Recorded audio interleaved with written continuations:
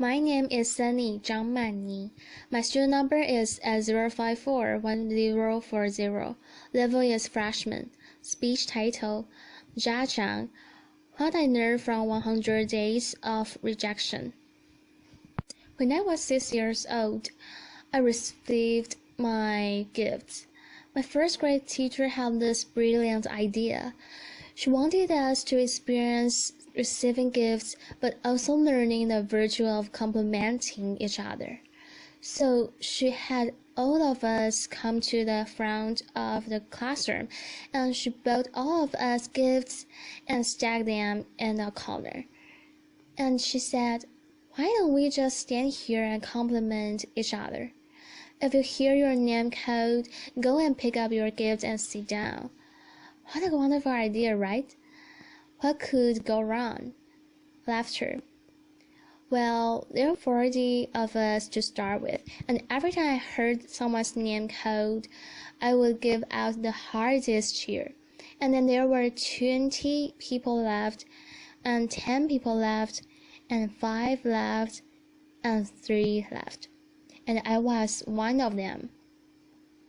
And the compliments stopped. Well, at that moment, I was crying. And the teacher was freaking out. She was like, "Hey, does anyone say anything nice about these people?" Laughter. No one? Okay, why don't you go get your gift and sit down, so behave next year. Someone might say something nice about you. Laughter. Well, as I'm describing this view, you probably know I remember this really well. Laughter. But I don't know who felt worse that day. Was it me or the teacher? She must have realized that she turned a team building event into a public roast for 3 6-year-olds, and without the humor. You know, when you see people get roasted on TV, it was funny. There was nothing funny about that day. So that was one version of me, and I would die to avoid being in that situation again, to get rejected in public again. That's one version. Then fast forward 8 years, Bill Gates came to my hometown, Beijing, China, to speak, and I saw his message. I fell in love with that guy. I thought, wow, I know what I want to do now. That night, I wrote a letter to my family telling them, by age 25, I will build the biggest company in the world, and that company will buy Microsoft. Laughter. I totally embraced this idea of conquering the world, domination, right? And I didn't make this up. I did write that letter, and here it is. Laughter. You don't have to read this through. Laughter. This is also bad handwriting, but I did highlight some keywords. You get the idea. Laughter. So, that was another version of me, one who will conquer the world. Well, then 2 years later, I was presented with the opportunity to come to the United States. I jumped on it because that was where Bill Gates lived, right? Laughter. I thought that was the start of my entrepreneurial journey. Then fast forward another 40 years. I was 30. Nope. I didn't build that company. I didn't even start. I was actually a marketing manager for a Fortune 500 company. And I felt I was stuck. I was stagnant. Why is that? Where is that 40-year-old who wrote that letter? It's not because he didn't try. It's because every time I had a new idea, every time I wanted to try something new, even at work, I wanted to make a proposal, I wanted to speak up in front of people in the group, I feel there was this constant battle between the 14-year-old and the 66-year-old. One wanted to conquer the world, make a difference. Another was afraid of rejection, and every time that 6-year-old won. And this fear even persisted after I started my own company. I mean, I started my own company when I was 30. If you want to be Bill Gates, you've got to start sooner or later, right? When I was an entrepreneur, I was presented with an investment opportunity, and I was turned down. And that rejection hurt me. It hurt me so bad that I wanted to quit right there. But then I thought, hey, would Bill Gates quit after simple investment rejection? Would any successful entrepreneur quit like that? No way. And this is where it clicked for me. Okay, I can build a better company, I can build a better team or a better product, but one thing for sure, I've got to be a better leader. I've got to be a better person. I cannot let this 6-year-old keep dictating my life anymore. I have to put him back in his place. So this is where I went online and looked for help. Google was my friend. Laughter. I searched, how do I overcome the fear of rejection? I came up with a bunch of psychology articles about where the fear and pain are coming from. Then I came up with a bunch of rah-rah inspirational articles about don't take it personally, just overcome it. Who doesn't know that? Laughter. But why was I still so scared? Then I found this website by luck. It's called rejectiontherapy.com. Laughter. Rejection therapy was this scam invented by this Canadian entrepreneur. His name is Jason Comley, and basically the idea is for 3 days you go out and look for rejection, and every day get rejected at something. And then by the end, you desensitize yourself from a pain. And I love that idea. Laughter. I said, you know what?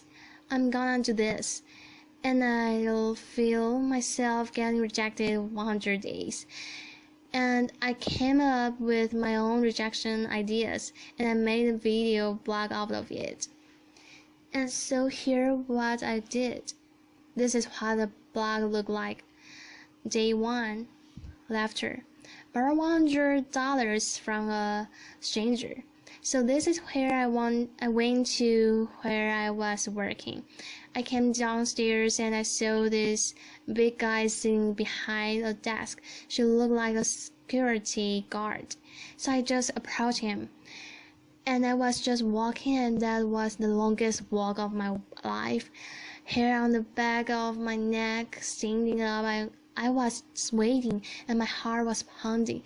And I got there and said, hey sir, can I borrow $100 from you? Laughter. And he looked up, he's like, no, why? And I just said, no, I'm sorry. Then I turned around and I just ran. Laughter. I feel so embarrassed, but because I feel myself. So that night I was watching myself getting rejected. I just saw how scared I was. I looked like this kid in the Sixth Sense. I saw dead people. Laughter. But then I saw this guy, he wasn't that menacing. He was a chubby, lovable guy, and he even asked me why. In fact, he invited me to explain myself. And I could say many things. I could have explained it. I could have negotiated. I didn't do any of that. All I did was run. I felt, wow, this is like a microcosm of my life. Every time I felt the slightest rejection, I would just run as fast as I could. And you know what? The next day, no matter what happens, I'm not going to run. I'll stay engaged. Day 2. Request a burger refill. Laughter. It's when I went to a burger joint, I finished lunch, and I went to the cashier and said, hi, can I get a burger refill? Laughter. He was all confused, like, what's a burger refill? Laughter. I said, well, it's just like a drink refill but with a burger. And he said, sorry, we don't do burger refill, man. Laughter. So this is where rejection happened, and I could have run, but I stayed. I said, well, I love your burgers, I love your joint, and if you guys could do a burger refill, I will love you guys more.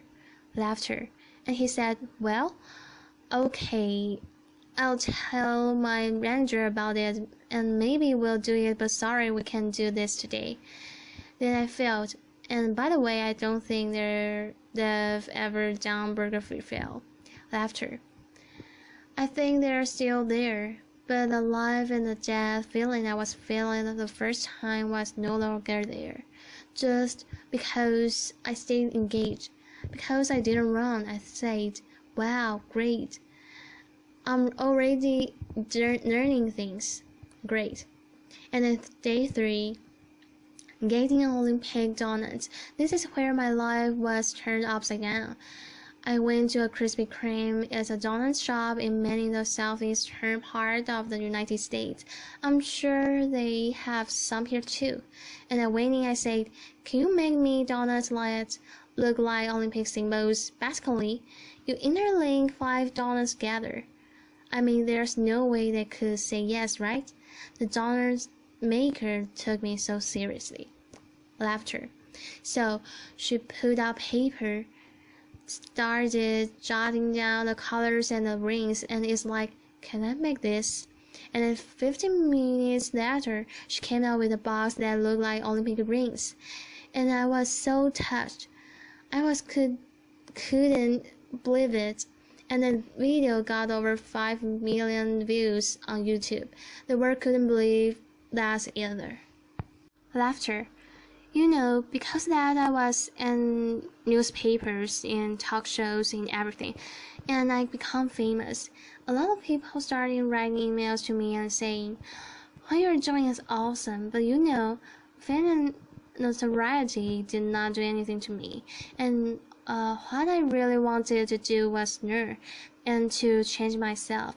So I turned the rest of my 100 days of rejection into this playground, into this research project.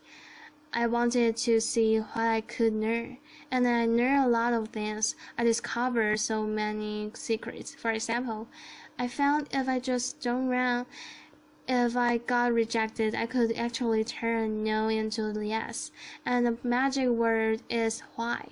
So one day I went to a stranger's house. I had this flower in my hand, knocked on the door and said, hey, can I plant this flower in your backyard? Laughter. And he said no. But before he could leave, I said, hey, can I know why? And he said, well, I have this dog that could dig up anything I put in the backyard. I don't want to waste your flower. If you want to do this, go across the street and talk to Connie. She loves flowers. So that's what I did. I went across and knocked on Connie's door, and she was so happy to see me. Laughter. And then half an hour later, there was this flower in Connie's backyard. I'm sure it looks better now. Laughter. But had I left after the initial rejection, I would have thought, well, it's because the guy didn't trust me. It's because I was crazy, because I didn't dress up well, I didn't look good. It was none of those. It was because what I offered did not fit what he wanted, and he trusted me enough to offer me a referral. Using a sales term, I converted a referral.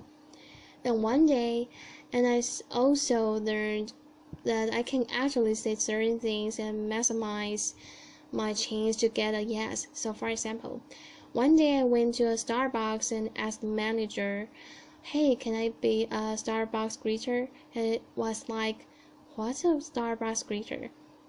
I said, do you know those Walmart greeters? You know, those people who say hi to you before you walk in the store and make sure you don't steal stuff, basically. I want to give a Walmart experience to Starbucks customers. Laughter. Well, I'm not sure that's a good thing actually. Actually, I'm pretty sure it's a bad thing. And he was like, oh. Yeah, this is how he looks. His name is Eric. And he was like, I'm not sure. This is how he was hearing me. Not sure. Then I asked him, is that weird? He's like, yeah, it's really weird, man.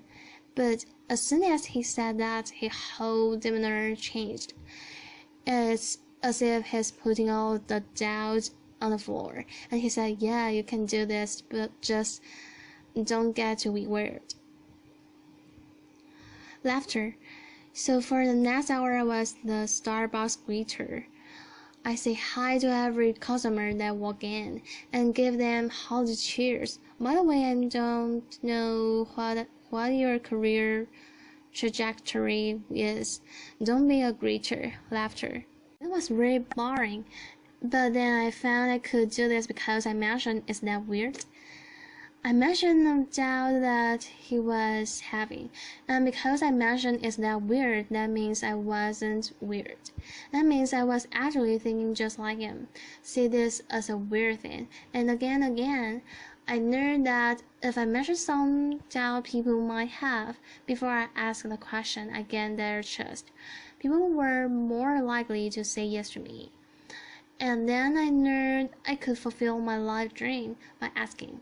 You know, I came from 4 generations of teachers, and my grandma has always told me, hey, Jiang, you can do anything you want, but it would be great if you become a teacher. Laughter. But I wanted to be an entrepreneur, so I didn't. But it was always been my dream to actually teach something. So I said, what if I just ask and teach a college class? I lived in Austin and all at the time, so I went to University of Texas at Austin and knocked on professors' doors and said, can I teach your class? I didn't get anywhere the first couple of times, but because I didn't run, I kept doing it. And on the third try, the professor was very impressed. He was like, no one has done this before. And I came in prepared with PowerPoints in my lesson. He said, wow, I can use this. Why don't you come back in 2 months? I'll feed you in my curriculum. And 2 months later, I was teaching a class. This is me. You probably can see this is a bad picture. Sometimes you get rejected by lightning. Laughter. But wow, when I finished teaching that class, I walked out crying because I thought I could fulfill my life dream just by simply asking. I used to think I have to accomplish all these things, have to be a great entrepreneur or get a PhD to teach. But no, I just asked and I could teach. And in that picture, which you can see, I quoted Martin Luther King Jr. Why? Because in my research, I found that people who really change the world, who change the way we live and the way we think, are the people who were met with initial and often violent rejections. People like Martin Luther King Jr., like Mahatma Gandhi, Nelson Mandela, or even Jesus Christ. These people did not let rejection define them, and let their own reaction after rejection define themselves, and then embraced rejection. And we don't have to be those people to learn about rejection. And in my case, rejection was my curse, was my boogeyman. It was bothering me my whole life because I was running away from it. And I started embracing it. I turned that into the biggest gift in my life. I started teaching people how to turn rejections into opportunities. I used my blog, I used my talk, I used the book I just published, and I've been building technology to help people overcome their fear of rejection. When you get rejected in life, and you are facing the next obstacle or next failure, consider the possibilities. Don't run. If you just embrace them, they might become your gifts as well. Thank you. Applause.